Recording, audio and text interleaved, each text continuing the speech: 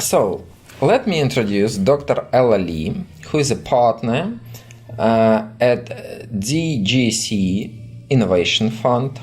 Dr. Ella Lee, can you tell us a little bit about your fund, the strategy, and your own experience? Sure. First of all, thank you so much for the interview and also invitation being here. So both of the fund and also Innovation Center are under our parent company, ZGC Developing Group, that oversees Z-Park, which is the largest technology hub in China, with 80 unicorns, 30,000 plus patents, and also 300 plus public companies. Is also considered as China's Silicon Valley. So under our parent company, the ZGC Innovation Center in Silicon Valley is performing under investment and also incubator models that provide a service to innovative systems. And the ZGC Innovation Fund was launched actually just this year's, and has two branches for both of the RMB fund, like a Chinese RMB fund and also US dollar fund. So myself, I always call myself as a Harvard-trained scientist turned venture capitalist, with 15 years experience in pharmaceutical and also biotech sectors. I have a special interest in therapeutic investment opportunities from drug discovery to commercialization stage, and also look at the deals in medtech, IoT, and also AI sectors. Okay, thank you very much. And my first question is, what are the three most promising or successful startup in portfolio of your fund and in the past or now? Tell us a little bit about it. Okay. I think probably I can talk about one company. The name is CloudMinds, and is a developer and operator of a cloud-based intelligent robot.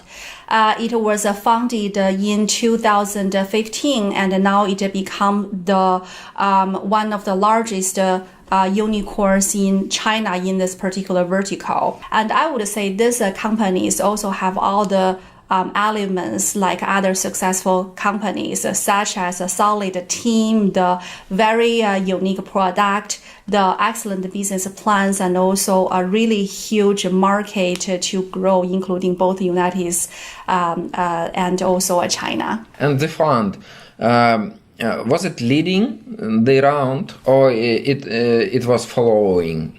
Yeah, so actually the fund, the help we provided to the companies more than just the capital support. So this is a Chinese company that was based, it was registered in Cayman, but it also got a lot of support when it wants to, for instance, apply for some granting from local government, and also get some rent discount from, it's actually lands in our science park, and so one of our science park as a part of our ecosystem, and we also help them to apply for a lot of great program to be part of the member during the development before we give them the funding support for the investment. And along the way, there are also other investors, including SoftBank and also other big entities. So so I think the best way to describe our relationship with this company is we are more like we're giving them a full or whole systematic support from the beginning until before. My question is personally to you, because you made an investment also. How fast have you made decision that time? Was it really fast or slow? Have you been known the CEO for a long time before it or not? Yeah, so that's really a good question. It's really depends. So as a startup, of course, you would like the deal to be closed as early as possible. And if you are one of the best one, all the investors are fighting for you, then you want to go to the quickest one. And from investor side, we always want to also get a speed up of the process to close the deal for the really popular ones. However, it also depends on, let's say, the type of the companies you are at. So there are two basically types of the VC firms. One is for the financial type, like purely chasing for the financial return, and the other are more for like holding the strategic approach. So if you are the later stage, then you may in some sense have more power when you negotiate with a startup company. So you may, because of the policy, like a company policy, it may take you like a long time to get an internal approval, and then to of course finish all the due diligence, and it may take the worst scenario take up to a couple of months. And if the companies are seriously considered to work together with you, especially chasing for not only the capital support but also for the strategic collaboration, that they could also wait up for you. So it really depends. But in that case, you made the decision fast or slow? Yeah, so let's say if this is like a pure, let's say, institutional fund, and all this, the partners can make decision on their own, and they are chasing for really popular deals, then they should close the deal within ideally 1 month, less than 1 month. That is a standard. That is like good situation. And what I was talking about are for certain type of the, let's say, especially CVC corporate type of corporate ventures that would take a lot of time, may take up to several months. Okay, I see. Yeah. I see. Dr. Ella, I know that every fund has a lot of criteria in the process of analyzing the startup. What are the three most important personally to you? Okay, so so your question is what are the most important factors before you make investment decision? Yeah, but personally for you, your personal choice. So that's a really good question, and if you ask different investors, you will get a completely different type of the answer. So. Yeah, that's why it's questions, interesting. So for myself, would it be, I think, three factors. First is about the product. The second is about the team. And the third part is about the investment philosophy. So for product part, then you definitely want to ask whether the company you invest have a very unique and also different product compared to other players, and several ways to stand out, including the product differentiator, the price differentiator, and also whether this is in the niche market. Second factors for me to consider is a team. As an investor, we always want to have a really solid team. So we want to see the team has all the key players. Although worth pointing out, it's okay for startup to miss key player rather than place the wrong personnel. Also we want to see the team are able to handle all this difficult question problems and also challenges.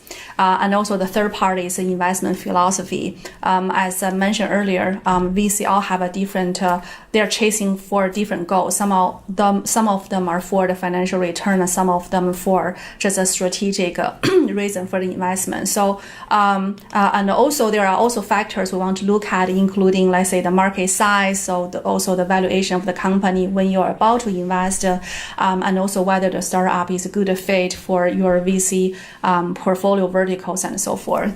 Dr. Ella, looking back, what mistakes you would recommend for the investors who just started to invest to avoid?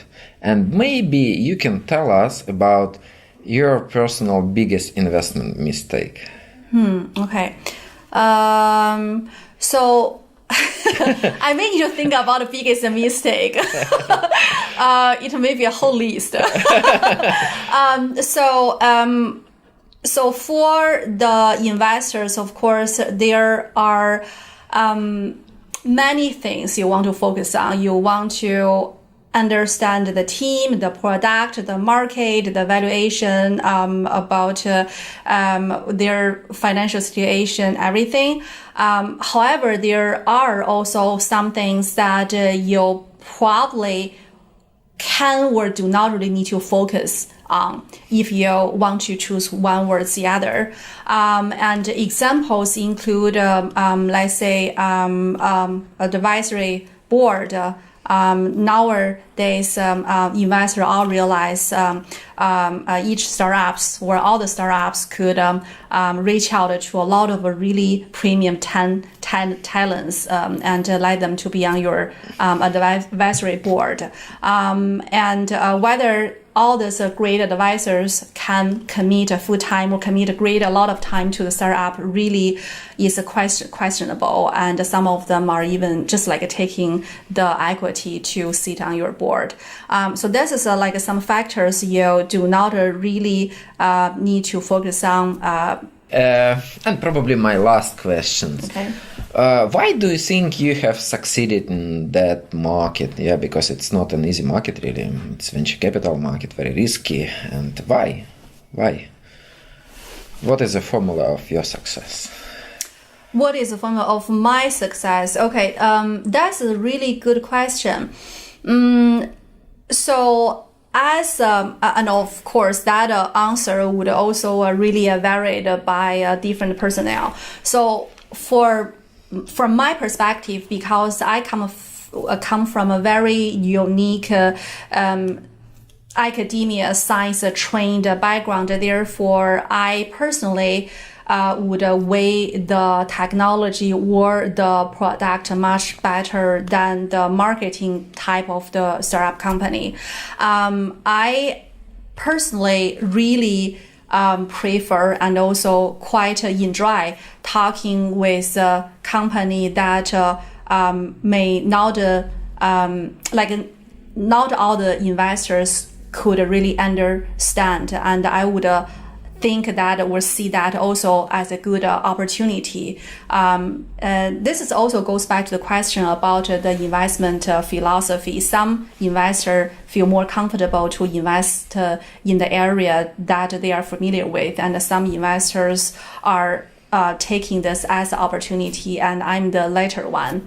And also I think network is very important. And when we say network, not only the one to help you to bring out the great deals that is hard for you to seek from all this like a demo day or from all this accelerators. It's just really popular. You have to rely on your personal networking.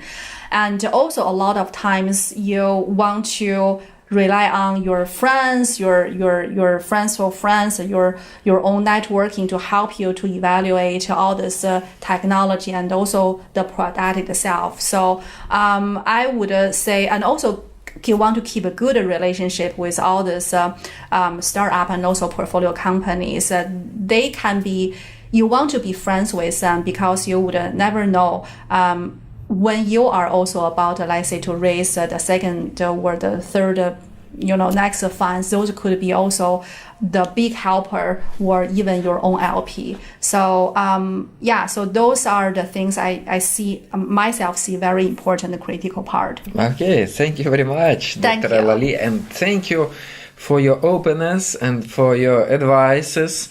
And I wish good luck personally to you and to your fund. Thank you so much. Same here.